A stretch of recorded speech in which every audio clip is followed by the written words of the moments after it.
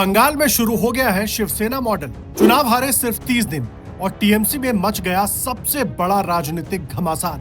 क्या ममता बनर्जी की पार्टी अब उनके हाथ से फिसल चुकी है? क्या पश्चिम बंगाल की राजनीति में वही कहानी दोहराई जा रही है जो कभी महाराष्ट्र में शिवसेना के साथ हुई थी? और क्या चुनाव हारने के सिर्फ 30 दिन बाद तृणमूल कांग्रेस दो हिस्सों में बंटने की कगार पर पहुंच गई है? पश्चिम बंगाल से आई एक बड़ी खबर ने पूरे सियासी गलियारे में हलचल मचा दी।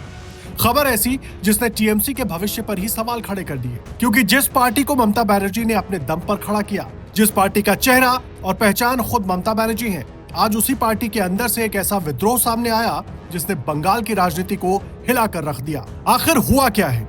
2026 के विधानसभा चुनाव में हार के बाद तृणमूल कांग्रेस पहले ही दबाव में थी।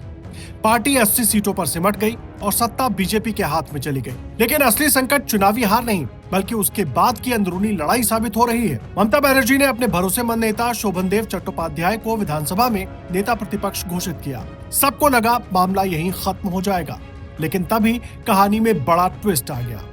पार्टी के भीतर से ही एक बड़ा गुट खुलकर सामने आ गया और उसने ममता के फैसले को मानने से इनकार कर दिया। आखिर इस बगावत का चेहरा कौन है?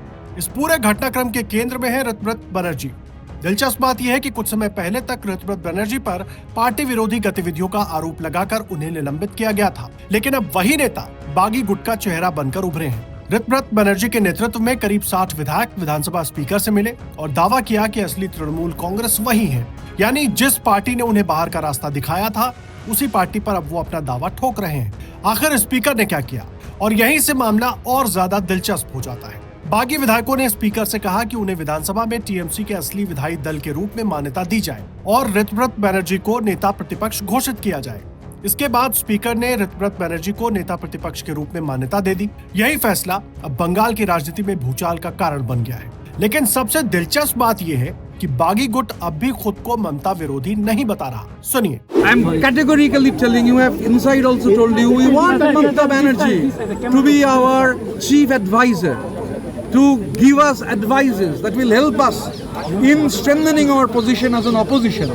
As far as the West Bengal State Legislative Assembly is concerned, this, only this, which has been given, the Speaker has accepted that. So the point is that 2/3 of the members, 80 members were elected by in Trinamool Congress symbol. 2/3 of them, more than 2/3 of them, has given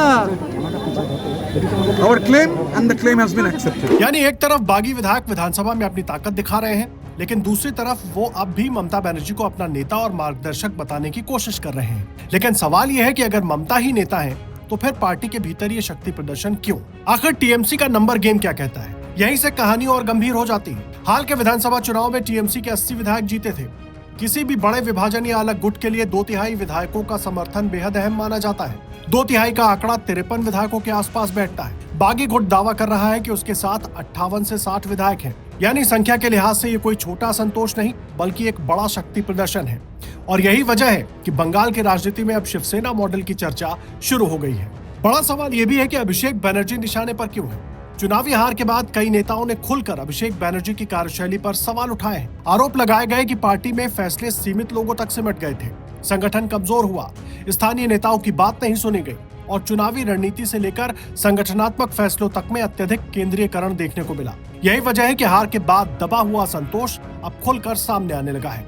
Ritabrata Banerjee ने भी ये कहकर निशाना साधा कि विधानसभा का हिस्सा न होने के बावजूद कुछ लोग विधायी दल के मामलों में हस्तक्षेप करने की कोशिश कर रहे थे। फिरहाद हकीम का इस्तीफा कितना बड़ा संकेत? इसी राजनीतिक उथल पुथल के बीच कोलकाता के मेयर फिरहाद हकीम ने भी अपने पद से इस्तीफा दे दिया है। फिरहाद हकीम को ममता बनर्जी के सबसे भरोसेमंद नेताओं में गिना जाता है। ऐसे समय में उनका पद छोड़ना राजनीतिक गलियारों में कई नए सवाल खड़े कर रहा है। क्या ये सिर्फ प्रशासनिक फैसला है या फिर पार्टी के भीतर चल रही हलचल का असर अब शीर्ष नेतृत्व तक पहुंच चुका है? सबसे बड़ा सवाल, क्या ये सिर्फ नेता प्रतिपक्ष के पद की लड़ाई है या फिर टीएमसी के अंदर एक नए शक्ति केंद्र का जन्म हो रहा है? क्या ममता बनर्जी इस बगावत को रोक पाएंगी?